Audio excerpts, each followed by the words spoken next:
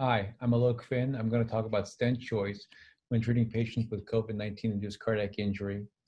We're going to discuss the thromboresistance of different stents compared to under stimulated cytokine storm conditions. Here are my disclosures. So some background, 20 to 30% of patients with COVID-19 have evidence of cardiac injury, including troponin I elevation. And those with evidence of cardiac injury have increased mortality compared to those without. PCI may be indicated in some cases with COVID-19, yet it remains unknown what type of device is safest. COVID-19 can induce a cytokine storm, which is associated with hypercoagulation with excess risk of thrombosis, perhaps including stent thrombosis, and the potential effects of PCI and COVID-19 have not been studied systematically. As you can see here, there's been some case reports suggesting increased risk of stent thrombosis, at least in these 4 cases that had COVID-19. This was featured in TCTMD. A more recent study by Chowdhury et al. Basically studied a consecutive series of patients with STEMI with and without COVID-19 and divided them up by stent thrombosis, multivessel thrombosis, modified thrombus grade, blush grade, and D-dimer. And you can see cases with COVID had greater evidence or greater risk of stent thrombosis, greater risk of multivessel thrombosis, greater modified grade thrombus, grade 4 or 5, so larger amounts of thrombus in the coronary, worse myocardial blush grade, significantly worse, and greater D-dimer levels. So COVID-19 can induce a cytokine storm, and in this paper published in JCI Insight recently, they compared patients with severe COVID infection versus non-severe COVID infection patients. As you can see here, patients with severe COVID disease had greater requirements for oxygen than non-severe patients. They also had greater levels of inflammatory cytokines as indicated in the red circle. You can see cytokines such as IL-8, IL-1 beta, TNF-alpha, RANTES, MCP-1, IL-6 were all greater in patients with severe COVID versus non-severe COVID. And the results basically suggested an over-exuberant response of pro-inflammatory cytokines is involved with COVID-19 in severely sick patients. And basically serum IL-6 and IL-8 were closely associated with disease progression. The purpose of the following study was to compare the thromboresistance of different stents under cytokine storm conditions. We wanted to specifically examine the effects of a fluorinated polymer-coated stent, that is the PZF Cobra stent, versus an uncoated stent versus an abluminally coated drug-eluting stent, Synergy in this case. So in this study, we directly compared a thin strut cobalt chromium stent, that is the Cobra BMS, an identical Cobra thin strut cobalt chromium stent covered with a modified polysine F fluorinated polymer called the Cobra PZF nano-coated stent. And we compared this to the Synergy stent, which, as you all know, is a thin strut platinum chromium drug-eluting stent with an abluminal PLGA bioabsorbable polymer coating which elutes everolimus. The luminal surface of Synergy, notably, is bare metal. As you all know, the relationship between medical device and thrombogenicity is extremely important. When a stent is placed in the body, in the coronary artery, immediately we get platelets and fibrinogen prothrombotic aspects that adhere to the stent surface. The idea behind fluorinated polymers is that they absorb proteins, such as albumin, highly, and that protein surface protects the stents from the prothrombotic effects of platelets and fibrinogen, essentially preventing them from binding.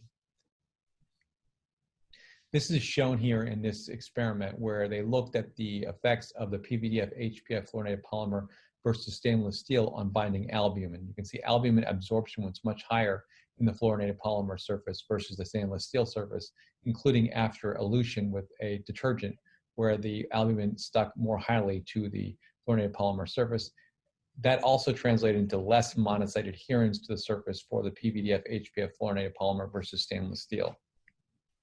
So the experimental setup, we used human whole blood, which was treated with 100 picograms per mil of TNF-alpha, one of the pro-inflammatory cytokines associated with cytokine storm, and 400 picograms per milliliter of IL-6, another cytokine associated with the cytokine storm.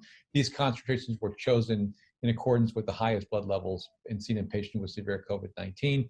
We used both nano-coated and uncoated Cobra PZF stents, as I discussed, and the Synergy stent. They were deployed in a flow loop system and circulated with cytokine treated versus control blood for 60 minutes. We processed the stents for immunofluorescence staining for platelets, followed by scanning electron microscopy, and we compared platelet adhesion to the stents under cytokine storm and control conditions. As you can see here, the in vitro cytokine flow loop simulating stent implantation in the cytokine storm conditions. You can see each stent was placed in a separate flow loop condition with human blood flowing through, simulating coronary shear rates. We used silicone tubing for this, and their blood was circulated for 60 minutes. So what did this experiment show? Well, you can see here when we compared non-cytokine storm conditions and we looked at platelet adherence, which is shown here in red on this confocal microscopy shown above, it's quite obvious the coated Cobra PZF had much less platelet binding than the uncoated and Synergy control stents. Overall, Synergy had the most platelet binding versus the Cobra PZF uncoated stent. That's shown here in the bar graphs, where we look at two separate aspects of platelet binding, both the platelet covered area under control conditions as well as the staining intensity, and we basically multiplied these to get a platelet adhesion value. You can see Synergy had by far the most platelet binding, followed by the uncoated Cobra PZF and the coated Cobra PZF. And that's shown here in the scan electron microscopy. You can see here, this is the coated Cobra PZF blood control. You can see there's hardly any platelet binding shown on the struts, which correlates quite nicely between the SEM and the confocal microscopy with just a few platelets. The uncoated Cobra PZF under control conditions had more platelet binding than the coated stent, and that's shown here on the example shown with the confocal and the matching scan electron microscopy, as well as the high power views. The Synergy by far had the most platelet binding. You can see here shown on the confocal microscopy as well as the SEM. There was far more, as I showed you, in the Synergy stent. So how about under cytokine storm conditions? What happened? Well, you can see overall there was more platelet binding under storm conditions. You can see here the coated stent, the Cobra PZF coated stent still had an advantage when it came to platelet binding, shown in red, as compared to the uncoated Cobra PZF stent and the Synergy stent.